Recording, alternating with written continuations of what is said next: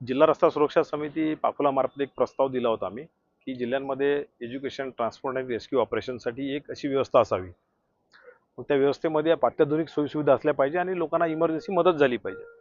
त्या दृष्टिकोनातून एक वाहन असं सुसज्ज करायची संकल्पना आली आणि त्या संकल्पनेला मूर्तरूप मान्य जिल्हाधिकारी अमित कुमार सरांनी मूर्तरूप दिलं आणि त्याच्या DPC मधून जिल्हा नियोजन समितीमार्फत त्याला निधी उपलब्ध करून दिला.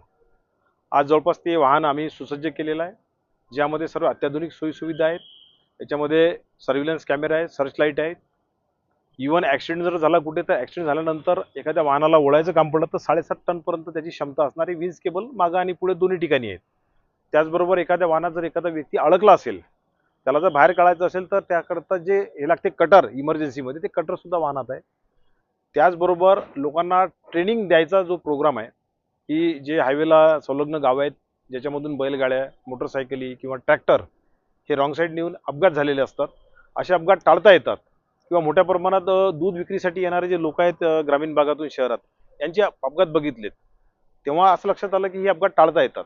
तर त्याकरता त्या स्थानिक ठिकाणच्या लोकांचं शूटिंग करून त्याच ठिकाणी त्यांना ट्रेनिंग देणं, त्यातून व्हॉलेंटियर्स तयार करणं आणि लोकांचा रस्ता सुरक्षेत सहभाग वाढवणं हा या वाहनामागचा उद्देश आहे.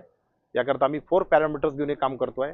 याच्याशिवाय सर्व्हिसेस सुद्धा आम्ही इन्क्लूड केलेल्या आहेत की ज्या सर्व्हिसवर वायफाय फॅसिलिटीवर लोक टॅबवर लर्निंग लायसन गावामध्ये काढू शकतील. गावाखेड्यामध्ये ग्रामपंचायत समोर हा आम्ही एक गाडी उभी करून त्या ठिकाणी वायफाय फॅसिलिटी लोकांना प्रोव्हाइड करू.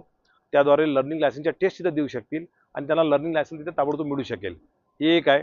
त्याशिवाय आम्ही सोशल लायबिलिटी म्हणून काही गोष्टी याच्यामध्ये वाहनामध्ये इन्क्लूड केल्या आहेत की ज्या केंद्र सरकार किंवा राज्य सरकारच्या स्कीम आहेत, ज्या लोकांपर्यंत पोहोचतच नाहीत किंवा ज्या ग्रामीण भागातले वयोवृद्ध असतील, विधवा असेल, परित्यक्ता असेल, वयोवृद्ध लोक असतील किंवा दिव्यांग असतील किंवा विद्यार्थिनी असतील, यांच्याकरता ज्या काही स्कीम शासनाने केंद्र शासनाने केलेल्या आहेत त्या लोकांपर्यंत पोहोचून लोकांना शासनाचा लाभ कसा मिळून देईल ही एक सोशल लायबिलिटी, सामाजिक दायित्व म्हणून आम्ही एक या वाहनामध्ये इंट्रोड्यूस केलेला हा सुद्धा विषय आहे. निश्चितच हे वाहन या जिल्ह्यासाठी उपयुक्त ठरेल आणि याची उपयुक्तता इथपर्यंत न्यायची आहे की अपघाताचं प्रमाण शून्यावर आणायचं आहे. आताच माननीय जिल्हाधिकारी पाकोला यांनी जे मनोदय व्यक्त केलं त्यामधून त्यांची संकल्पना अशी आहे की अपघात हे मुळात व्हायलाच नकोत. त्याकरता लोकांना प्रशिक्षित करणं हा सुद्धा याचा एक वाहनाचा एक मोठा भाग आहे. त्या दृष्टीनं आम्ही प्रत्येक ठिकाणचे लोकांना ट्रेनिंग देऊन त्याच्यामध्ये लोकांचा ट्रान्सफॉर्मेशन, रेस्क्यू आणि एज्युकेशनमध्ये सहभाग घेऊ. त्याकरता हे वाहन निश्चितच आम्हाला हेल्पफुल होईल आणि याकरता मी जिल्हा नियोजन समिती, माननीय जिल्हाधिकारी साहेब यांचे खूप खूप धन्यवाद देतो. जय हिंद.